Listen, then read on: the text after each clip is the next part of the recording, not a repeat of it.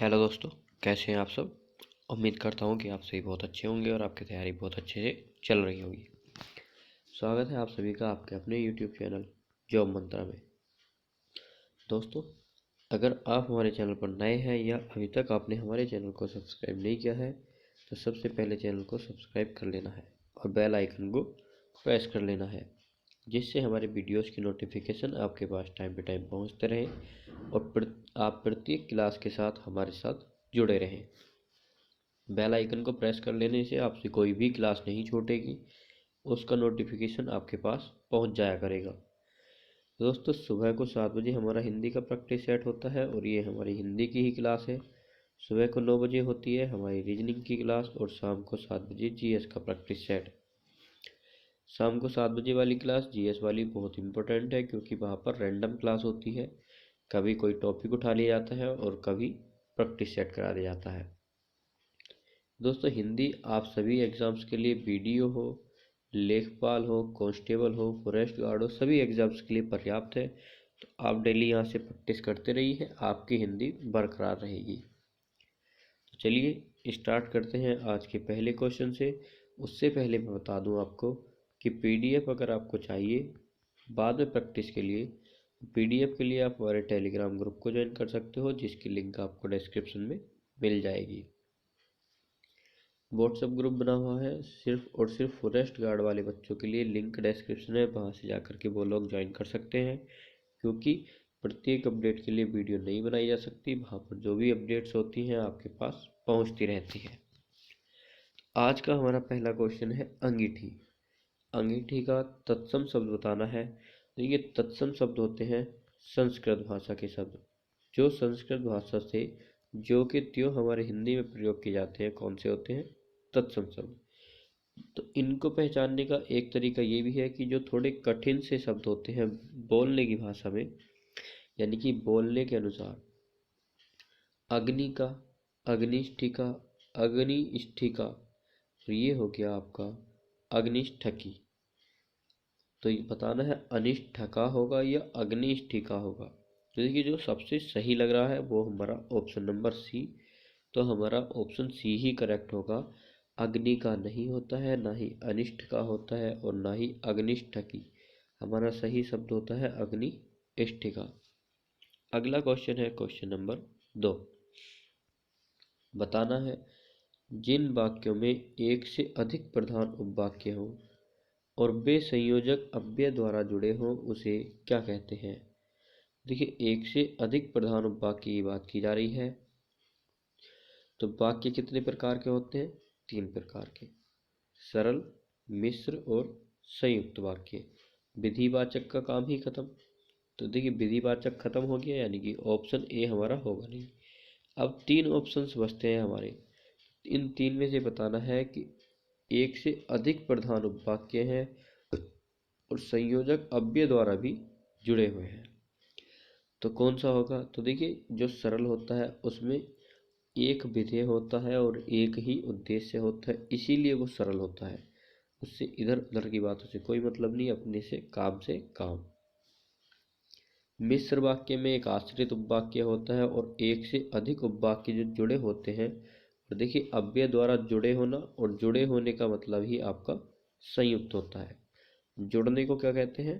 संयुक्त। तो आप ऐसे भी समझ सकते हो कि जब जुड़ने की बात आए, एक से अधिक प्रधान उपवाक्य आपस में जुड़े हुए होते हैं, एक से अधिक, तो यानी कि एक तो होगा नहीं, कम से कम 2 होंगे। एक वाक्य ये और से अगर जोड़ दिया और दूसरा वाक्य, यानी कि ये हो गया आपका अव्यय। तो अव्यय द्वारा जुड़े हुए एक वाक्य ये होगा, एक वाक्य ये, 2 वाक्य हो गए, तो ये संयुक्त हो गए आपके। मिश्र वाक्य आपको बता ही दी कि एक जो दूसरा वाक्य होता है वो आश्रित वाक्य होता है। क्वेश्चन 3। तीसरा क्वेश्चन है हमारा, बताना है कि इसमें अलंकार कौन सा है। अब देखिए, आपका अलंकार बिल्कुल सही जाना चाहिए, क्योंकि अलंकार मैं आपको पढ़ा चुका हूँ और आपकी ही डिमांड पर आपको अलंकार कराए थे और इतने अच्छे से 3 पार्ट में डिवाइड करके अलंकार कराए थे कि जैसे कि आपको आसानी से समझ आए और कोई भी आपका कन्फ्यूज़न ना रहे। तो यहाँ पर आपको बिल्कुल सही सही आंसर देना है कि बड़े न हुजे गुण बिनु बिरद बड़ाई पाए, कहत धतूरे सो कनक गहनो गढ़ो न जाए। अब कौन सा होगा? तो देखिए आपको यहाँ पर बताना है कि श्लेष है, विरोधाभास है, अर्थांतर न्यास है या फिर वक्रोक्ति है। अब देखिए ऐसा होता है कि आपको पता नहीं चलता है किसी किसी अलंकार में कि कौन सा अलंकार होगा। तो देखिए अगर आपको पहचान है कि श्लेष क्या होता है, श्लेष का अर्थ होता है चिपका हुआ, यानी कि एक शब्द से उसके कई सारे अर्थ चिपके हुए हों, तो वहाँ पर आपका श्लेष हो जाता है। विरोधाभास में विरोध की बात की जाएगी, तो यहाँ पर आपका सही होगा अर्थांतरन्यास, कि उसके अर्थ के अंतर में जो बात की जा रही है वो होता है आपका अर्थांतरन्यास। तो कौन सा होगा आपका ऑप्शन सही? Option number C. अगले क्वेश्चन पर चलते हैं, क्वेश्चन नंबर 4। सही वाक्य बताना है इसमें से कि कौन सा आपका सही वाक्य है। सीता ने अपनी सहेलियों को बुलाई, तो देखिए बुलाई नहीं होगा, सीता ने अपनी सहेलियों को बुलाया। यहाँ पर भी बुलाई, यहाँ पर बुलाए, और लास्ट का ऑप्शन डी है, सीता ने अपनी सहेलियों को बुलाया। तो कौन सा ऑप्शन आपका सही होगा? Option number D. अगला क्वेश्चन है कि बालक का स्त्रीवाचक शब्द क्या होगा? बालकी, बालिका, बालमा या बालिका। तो आपको अच्छे से पता है कि बालक का स्त्रीवाचक बालिका, यानी ऑप्शन नंबर बी। अगला आ जाता है क्वेश्चन नंबर 6। संभल में कौन सी ध्वनि है? संपृक्त ध्वनि, संयुक्त ध्वनि, युग्मक या इनमें से कोई नहीं। अब देख कितना अच्छा क्वेश्चन है, आपके एग्जाम में पूछने की बहुत ज़्यादा संभावना है। हो सकता है कि आपसे कोई यही पूछ ले जाए, लेकिन अब आपको ध्यान ये देना है कि संपृक्त ध्वनि कौन सी होती हैं, संयुक्त ध्वनि कौन सी होती हैं, और युग्मक ध्वनियाँ कौन सी होती हैं। तो ठीक है, युग्मक तो होती नहीं है, संयुक्त आपको पता है कि संयुक्त ध्वनि कौन कौन सी होती है, से वाली, और बची कौन सी आपकी संपृक्त ध्वनि। तो फटाफट से बताइए कि राइट आंसर आपका क्या होने वाला है। तो राइट आंसर हो जाएगा आपका संपृक्त ध्वनि। अगला क्वेश्चन आता है क्वेश्चन नंबर 7। जो हर समय अपना मतलब साधता हो उसे क्या कहा जाता है? देखिए सामान्यतः उसको क्या कहते हैं, जो अपना मतलब साधता है, मतलबी या स्वार्थी। अब इसमें दोनों ही दिए हैं, मतलबी भी और स्वार्थी भी। अब देखिए ये तो लिखा हुआ ही गलत है, स्वार्थी। परमार्थी तो होगा नहीं, परमार्थी होता है जो दूसरों पर उपकार करता है। अब बताना है कि मतलबी लगाना है हमको या स्वार्थी लगाना है। तो देखिए अगर होता कि जो हर समय अपना स्वार्थ सिद्ध करता हो या स्वार्थ साधता हो, तब हम लगा देते हैं उसको स्वार्थी। अब हमसे बोला गया है कि जब मतलब साध रहा है तो वो हो जाएगा आपका मतलबी। तो right answer option number B. अगला आ जाता है क्वेश्चन नंबर 8। ब्रज भाषा किस अपभ्रंश से विकसित है? शौरसेनी, मागधी, अर्धमागधी या पैशाची। अब देखिए मैं आपको अक्सर बताता हूँ कि ये इस टाइप के क्वेश्चन आपको कर लेने हैं नोट अपनी नोटबुक में। एक नोटबुक आपको अलग से बना लेनी है जिसमें आपके इस टाइप के क्वेश्चन हो कि उनका टाइप अलग हो, वो क्वेश्चन आपसे अक्सर गलत हो जाते हो या कहीं कहीं आपको देखने को मिलते हो। ये साहित्य से रिलेटेड जो क्वेश्चन होते हैं वो क्वेश्चन उसमें नोट कर लेने हैं। अब एग्ज़ाम से पहले उसको आप कभी पढ़ भी सकते हैं फ्री टाइम में, उसको पढ़ लीजिए, या एग्ज़ाम से पहले उसको 1 या 2 बार रिवाइज कर दीजिए, कम से कम 2 बार, एक को छोड़िए 2 बार उसको रिवाइज कर दीजिए 8 दिन पहले से एग्ज़ाम के। उन 8 दिन के अंदर अंदर 2 बार रिवाइज कर दीजिए। यकीन मानिए कम से कम 2 से 3 क्वेश्चन आपको उसी नोटबुक में से देखने को मिल जाएंगे। तो ये होते हैं दोस्तों स्मार्ट स्टडी करने का तरीका। चलिए बात कर लेते हैं अपने आंसर की। क्वेश्चन नंबर 8 का राइट आंसर क्या होगा? तो ये हो जाएगा आपका ब्रज भाषा है शौरसेनी अपभ्रंश से विकसित हुई भाषा। तो ब्रज भाषा किस अपभ्रंश से विकसित हुई? शौरसेनी अपभ्रंश से। अगला क्वेश्चन आता है क्वेश्चन नंबर 9। विपत्ति के समय थोड़ी सी सहायता भी बहुत बड़ी होती है। इस भाव की व्यंजक पंक्ति बतानी है। अब व्यंजक पंक्ति क्या होती है? तो व्यंजक पंक्ति वही होती है कि लोकोक्ति। लोकोक्ति और मुहावरे वाली कोई। देखिए 4 दिन की चांदनी फिर अंधेरी रात, तो इसका क्या रहेगा सही आंसर? कि थोड़े दिन की ही खुशी और फिर दुखी दुख। आम के आम गुठलियों के दाम, यानी कि आम भी खाए और गुठलियों के दाम भी ले लिए कि लाभ ही लाभ कमा लिया। यह है चुपड़ी और दो दो, डूबते को तिनके का सहारा। देखिए विपत्ति के समय थोड़ी सी सहायता, यानी कोई व्यक्ति डूब रहा है और उसको तिनका हाथ में आ जाए तो वो बोलते हैं कि बच जाएगा, यानी कि तिनके के सहारे पार कर देगा नदी को। नदी में डूब रहा है तब, तो डूबते को तिनके का सहारा काफ़ी। तो विपत्ति के समय थोड़ी सी सहायता भी बहुत बड़ी होती है। तो 9 का हो जाएगा right answer option number D. अगला आ जाता है क्वेश्चन नंबर 10। यहाँ पर आपको बताना है कि 1 और 6 अपने स्थान पर रहेंगे। आप सभी को पता ही होगा, डेली प्रैक्टिस सेट में जुड़े हुए होते हो आप, तो डेली ये एक क्वेश्चन आता है आपके लिए। बाकी आपको 4 ऑप्शन दिए गए हैं, ये रिलेवे, इनका क्रम इधर उधर होया हुआ है, इनका क्रम व्यवस्थित करना है आपको। तो देखिए एक बार पढ़ लेते हैं, नेक्स्ट स्लाइड दिखा दूंगा, उसको भी पढ़ लेना, उसके बाद हम अपना क्रम व्यवस्थित कर लेंगे। तो सबसे पहले है कि गत 80 वर्षों के। अब देखिए के दिया है, यानी कि आपको इसको आप विभक्ति भी बोल सकते हो, इसको आप अव्यय शब्द भी बोल सकते हो, इसको आप कारक भी बोल सकते हो कि कारक शब्द जो होते हैं। तो देखिए कारक चिन्ह, तो ये जब आपको दिया है कि गत 80 वर्षों के, तो यानी कि यहाँ कुछ ना कुछ नेक्स्ट वाक्य जुड़ेगा, यानी कि इसी हिसाब से जुड़ेगा जो 80 वर्षों को संबोधित कर रहा होगा। अब देखिए यहाँ पर सिर्फ देखना ये रह जाएगा कि पहले पूरा पढ़ना है, तभी हमको समझ आएगा कि क्या जुड़ने वाला है। देखिए आगे पढ़ देते हैं कि गत 80 वर्षों के हमारे दिमाग का इतना बोथरा, तो यानी कि ये तो आएगा नहीं। 80 वर्षों के सुकुमार दुनिया हमारी पथराई आंखों के, ये भी नहीं आएगा।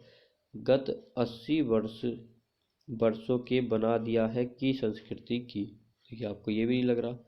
अगली स्लाइड पर चलते हैं। अगली स्लाइड में क्या है, यहाँ पर है कि गत 80 वर्षों के राजनीतिक संघर्षों ने, तो देखिए आपको बिल्कुल सही बैठा, आपको लगा भी होगा कि हाँ गत 80 वर्षों के राजनीतिक आर्थिक संघर्षों ने, बिल्कुल सही है हमारा, यानी कि बै सिर्फ और सिर्फ सी ऑप्शन में दिया है, तो हमको बै के हिसाब से ही जाना है। तो बै के हिसाब से सबसे पहले बै, ये, ले और रे। अब हम देखिए एक लाइन हमको मिल गई, 6 अपने स्थान पर ही रहेगा। तो अब हम इसको पूरा मैच कर लेते हैं अपनी पिछली स्लाइड पर जा कर के। तो गत 80 वर्षों के राजनीतिक आर्थिक संघर्षों ने, तो देखिए बे आ गया, उसके बाद था हमारा ये और फिर ले और उसके बाद रे, बे हो गया। अब ये लेना है कि आर्थिक राजनीतिक आर्थिक संघर्षों ने, उसके बाद हमारे दिमाग को इतना भोथरा यानी कि बौखला दिया है, तो या भोथरा बना दिया है, तो इसके बाद ले आएगा। तो देखिए बिल्कुल सही जा रहा है खुद से ही, बिना ऑप्शन के भी आप जाओगे तो खुद से ही सही जा रहा है। कि जैसे कि आपने देखा कि गत 80 वर्षों के राजनीतिक आर्थिक संघर्षों ने हमारे दिमाग को इतना भोथरा बना दिया है कि संस्कृति की सुकुमार दुनिया हमारी पथराई आंखों के सामने आकर भी नहीं आ पाती। तो आपका right answer option number C. तो देखिए आपको ये छोटे छोटे से मैच देखने होंगे कि क्वेश्चन कहाँ जाके जोड़ेगा, हमारी पंक्ति को जोड़ना कैसे है। हिंदी आप पढ़ते हो और इस तरह के क्वेश्चन को आप फिर भी गलत करते हो, तो ये आपकी गलती पता कौन सी है, गलती होगी आपकी ध्यान से न पढ़ने वाली। अगर आप ध्यान से पढ़ोगे तो आप इस तरह के क्वेश्चंस को गलत कभी नहीं करोगे, पिछले टाइप के जिसमें आपको क्रम व्यवस्थीकरण वाले जो क्वेश्चन होते हैं। अगला क्वेश्चन है क्वेश्चन 11, अम्बुज और अम्बुधि। अब देखिए अब जब मैंने आपको पर्यायवाची शब्द कराए थे, 200 क्वेश्चन करा चुका हूँ मैं आपको पर्यायवाची शब्द के, प्रैक्टिस सेट के थ्रू हमने कवर किए थे। एक क्वेश्चन में मैंने आपको एक्स्ट्रा 10 पर्यायवाची बताए थे और वहाँ पर मैंने आपको कुछ पहचान बताई थी। जय किस पर्यायवाची शब्द के अंतर्गत आता है, ध्य किस पर्यायवाची शब्द के अंतर्गत आता है, अगर आपने ध्यान दिया होगा तो। और एक बताया था कि दे किसके पर्यायवाची शब्द के अंतर्गत आता है, क्योंकि ये सभी एक तरह से मान लीजिए प्रत्यय, कोई एक शब्द आपको दे दिया, उस शब्द में आप प्रत्यय जोड़ते हो, प्रत्यय जुड़ता है लास्ट में, कभी दे जोड़ दो और इसी शब्द में जय जोड़ दो, इसी शब्द में धै जोड़ दो, तो उससे आपके अलग अलग 3 प्रकार के पर्यायवाची बन जाते थे एक ही शब्द से। अब यहाँ पर देखिए, अब जब मैंने आपको बताया था कि जब आप जल में जय जोड़ते हो यानी कि जलज, तब हो जाता है आपका कमल का पर्यायवाची। जब आप दे जोड़ते हो तो हो जाता है आपका बादल का पर्यायवाची। जब आप उसमें धै जोड़ते हो, जलध या जलद ही जोड़ते हो, तो हो जाता है आपका समुद्र का पर्यायवाची। तो जय जोड़ने से कमल का पर्यायवाची, धै जोड़ने से समुद्र का पर्यायवाची।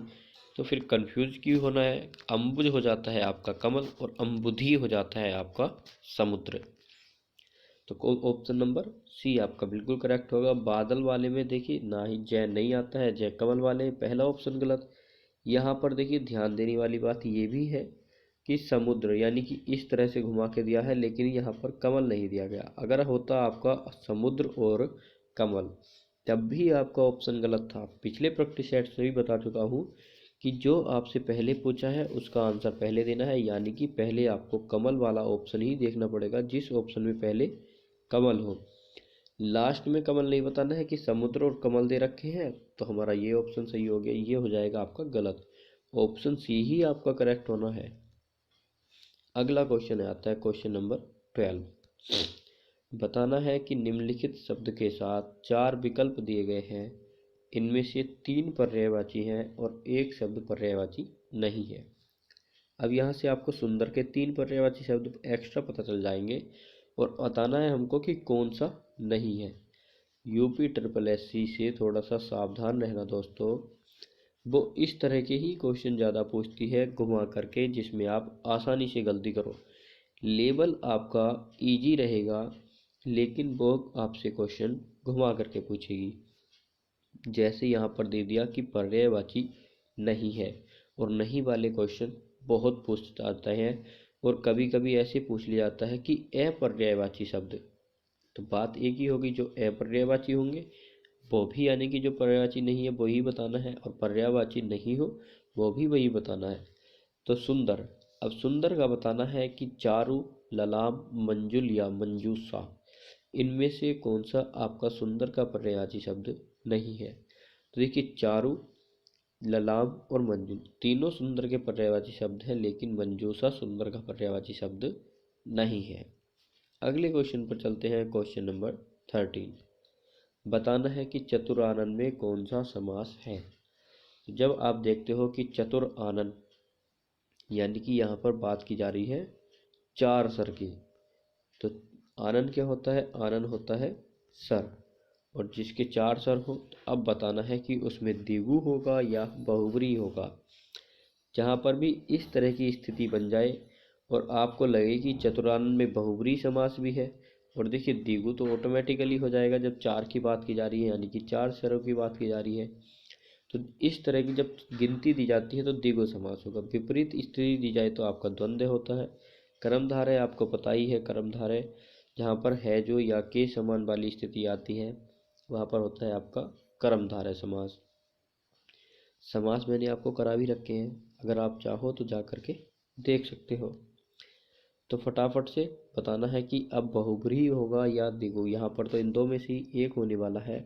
तो देखिए यहाँ पर बहुब्रीही ही होगा, जहाँ पर कोई ना ही उत्तर पद प्रधान हो ना ही पूर्व पद प्रधान हो, वहाँ पर कोई तीसरा ही पद प्रधान होता है तो बहुब्रीही समास होता है।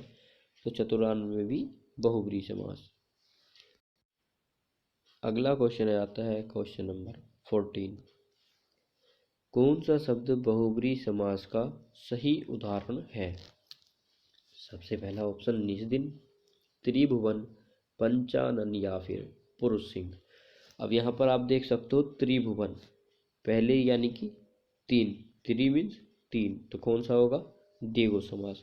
दूसरा आता है पंचानन यानी कि 5 आनन, लेकिन बहुब्रीही समास होगा यहाँ पर, क्योंकि मैंने आपको बताया था कि जहाँ पर बहुब्रीही और द्विगु दोनों में से चुनने को आए और आपको लगता है कि उस समास में बहुब्रीही समास है, तब आपको बहुब्री को ही प्रेफरेंस देना है, क्योंकि बहुब्री को ज़्यादा मात्रा में मानिए कि बहुब्री को ही मान लीजिए 2 वोट बहुब्री के तो 1 वोट रह जाएगा द्विगु समास का। वोट रहेगा द्विगु का भी, ऐसा नहीं है कि द्विगु गलत है, द्विगु समास है, लेकिन जब बात की जाती है प्रेफरेंस की तो हमको ज़्यादा सूटेबल बहुब्री मानना पड़ता है। तो ये बात आपको ध्यान रखनी है। तो यहाँ पर कौन सा सही हो जाएगा आपका? पंचानन। क्वेश्चन नंबर 14 का राइट आंसर सी। अगला क्वेश्चन आता है क्वेश्चन नंबर 15।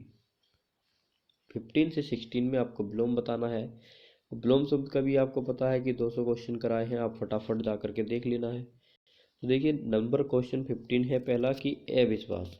अविश्वास का विलोम शब्द होगा श्वास, विश्वास, संतोष या उच्छ्वास। तो फटाफट से बता दीजिए कि राइट आंसर क्या होने वाला है। तो अविश्वास का तो विश्वास ही होगा। उदय, उदय का हो जाता है आपका अस्त, ना कि लाल, भाषित, बलिष्ठ, इनमें से कोई नहीं होगा। उदय का अस्त, उदय होता है उगना और अस्त होता है छिपना। 17 क्वेश्चन बताना है कि डिवीजन के लिए सर्वाधिक उपयुक्त शब्द कौन सा है। तो डिवीजन के लिए सर्वाधिक उपयुक्त शब्द कौन सा होगा? प्रभाग, अनुभाग, विभाग या फिर स्कंद। स्कंद होता है कंधा। तो ये देखिए डी ऑप्शन तो खत्म आपका। अब बताना है कि डिवीजन का सही अर्थ क्या होगा। तो डिवीजन होता है आपका प्रभाग। मिनट्स, मिनट्स के लिए उपयुक्त शब्द कार्यसूची होगा, कार्यव्रत, उद्धरण या प्रतिवेदन। तो देखिए ये मिनट मिनट सेकंड वाली नहीं है, ये मिनट दूसरी ही है। तो फटाफट बता दीजिए कि कार्यव्रत। तो मिनट्स का अर्थ हो जाएगा आपका कार्यव्रत। अब आ जाता है आपका क्वेश्चन नंबर 19 से 23। यहाँ पर आप इसको बोल सकते हो कि ये आपका क्लोज टेस्ट है और ये आपके एग्ज़ाम में पूछने की संभावनाएं बन रही हैं, क्योंकि 80 क्वेश्चन आपके फॉरेस्ट गार्ड में आएंगे और 37 क्वेश्चन या 38 क्वेश्चन आपके हिंदी के आएंगे यूपी पुलिस कांस्टेबल में। तो लेवल दोस्तों अब बदल गया है और लेवल आपका बढ़ गया है। अगर आप 220 कांस्टेबल में स्कोर करके चलते हो 220 प्लस, तब आप अपने आप को सेफ मान सकते हो। और जब आप यहीं से 250 का स्कोर करके जाओगे तब जा कर के वहाँ 220 के आसपास अपना स्कोर पक्का मानिए। अगर घर आपका 250 स्कोर आ रहा है तो दोस्तों यकीन मानिए कि आपका स्कोर वहाँ पर 245 भी हो सकता है और 250 भी हो सकता है। कोई भी कैटेगरी हो, 220 या 225, अपने आप को बिल्कुल सेफ मान करके चले। अगर उसके, मैं घर वाली टेस्ट की बात नहीं कर रहा, अगर उसके एग्ज़ाम में 220 से 225 क्वेश्चन के बीच भी आ रहे हैं, अगर आते हैं तो वो आपका सेफ जोन में है। आपको कट ऑफ की बहुत पड़ी रहती है एग्ज़ाम या देने से पहले। अगर ऑनलाइन भी नहीं हुई है और नोटिफिकेशन आ गया है कि आपका यो कांस्टेबल की वैकेंसी आएंगी, सबसे पहले पिछली कट ऑफ कितनी गई थी, ये कट ऑफ, तैयारी कीजिए, मार्क्स लाइए। आपको जॉब नहीं लेनी है, आपको लेनी है रैंक। रैंक लेकर के आइए। तो चलिए क्वेश्चन की बात कर लेते हैं। यहाँ पर एक बार इसको पूरा का पूरा पढ़ लेना है, फिर हमको समझ आ जाएगा कि सूटेबल हमारा क्या रहने वाला है। क्योंकि आज अगली स्लाइड पर आपके पहुँच गए हैं इनके ऑप्शंस। तो पढ़ लीजिए फटाफट कि कुछ लोग ज्ञान प्राप्ति को ही शिक्षा का एक मानते हैं। तो क्या मानते हैं? शिक्षा का माध्यम ही होता है। ऑप्शंस के हिसाब से देखेंगे क्या दिया गया है, कुछ और भी हो सकता है, लेकिन अभी मुझे भी नहीं पता। लेकिन मैं आपको बता दूं कि शिक्षा के हिसाब से माध्यम ही आना चाहिए, क्योंकि शिक्षा एक माध्यम है। आगे चलते हैं कि ऐसे लोग चाहते हैं, कैसे लोग, कि विद्यार्थी पुस्तक ही पढ़ें। यानी कि कुछ लोगों की जिनकी बात की जा रही है, तो उनको बताया जा रहा है कि ऐसे लोग ही चाहते हैं कि विद्यार्थी पुस्तक ही पढ़ें, अन्य कुछ न करें, तभी उनके ज्ञान में होगी। तो ज्ञान में क्या होगी? हो सकता है वृद्धि हो या कुछ और हो। लोग विश्वास करते हैं कि अकेले शिक्षा के द्वारा ही मनुष्य कमाने के योग्य नहीं हो सकता। तो हो सकता है आजीविका कमा रहा हो या कुछ भी। ऐसे लोग सोचते हैं कि रोटी अधिक है, किससे अधिक है, जबकि दूसरे लोग विश्वास करते हैं कि शिक्षा का उद्देश्य अच्छे और देशभक्त पैदा करना है। तो देखिए क्या अच्छे, तो देखिए पहले मैं आपको ऑप्शंस की तरफ लेके चलता हूँ। तो पहला पढ़ लीजिए कि कुछ लोग ज्ञान प्राप्ति को ही शिक्षा का एक माध्यम। अब देखिए सबसे पहला ऑप्शन माध्यम ही है कि शिक्षा का एक माध्यम मानेंगे, शिक्षा का सहारा, उद्देश्य या औजार। तो देखिए शिक्षा का क्या माना जाएगा, आप खुद से ही बताइए। तो शिक्षा का माना जाएगा, एक बार और देख लीजिए यहाँ पर कि कुछ लोग ज्ञान प्राप्ति को ही शिक्षा का एक माध्यम मानते हैं। तो देखिए यहाँ पर आपको ध्यान से पढ़ना है, थोड़ा सा विपरीत दिया गया है। अगर होता कि ज्ञान प्राप्ति को मानने की बात की जा रही है कि कुछ लोग ज्ञान प्राप्ति को शिक्षा का उद्देश्य होगा यहाँ पर, ना कि माध्यम। अगर होता शिक्षा ज्ञान प्राप्ति का माध्यम है तो शिक्षा ज्ञान, तो तब हो जाता है आपका ज्ञान प्राप्ति का माध्यम। लेकिन यहाँ पर होगा कि ज्ञान प्राप्ति को शिक्षा का एक उद्देश्य मानते हैं, यानी कि ऑप्शन नंबर सी आपका बिल्कुल करेक्ट हो जाएगा। अगला आ जाता है आपका 20 में, बताना है कि अभिवृद्धि, प्राप्ति, पूर्ति या उपलब्धि। तो यहाँ पर देख लीजिए कि विद्यार्थी पुस्तकें ही पढ़े, अन्य कुछ न करे, तभी उनके ज्ञान में क्या होगी, अभिवृद्धि होगी, पूर्ति होगी, प्राप्ति या उपलब्धि। तो क्या होगा उनके ज्ञान में, तो उनके ज्ञान में होगा मेरे दोस्तों अभिवृद्धि। वृद्धि ही बताई थी मैंने कि हो सकता है वृद्धि की बात की जाए, लेकिन यहाँ पर जो लाइन दी गई है ये थोड़ी सी विपरीत दी गई है, क्योंकि एकमात्र शिक्षा ही है जो जिससे ज्ञान प्राप्त किया जा सकता है। तो क्या हुई, यानी कि शिक्षा ज्ञान प्राप्ति का माध्यम, ज्ञान प्राप्ति शिक्षा का माध्यम नहीं है, शिक्षा से ज्ञान प्राप्त किया जा सकता है। तो इसलिए यहाँ पर हमारा उद्देश्य बिल्कुल सही होगा कि ये लोग जो है उद्देश्य मानते हैं, और यहाँ पर तभी शिक्षा से ही उनके ज्ञान में क्या होती है, अभिवृद्धि। लोग विश्वास करते हैं कि अकेले शिक्षा के द्वारा ही मनुष्य यश प्राप्त कर लेता है, नौकरी प्राप्त करेगा, जीविका या समृद्धि।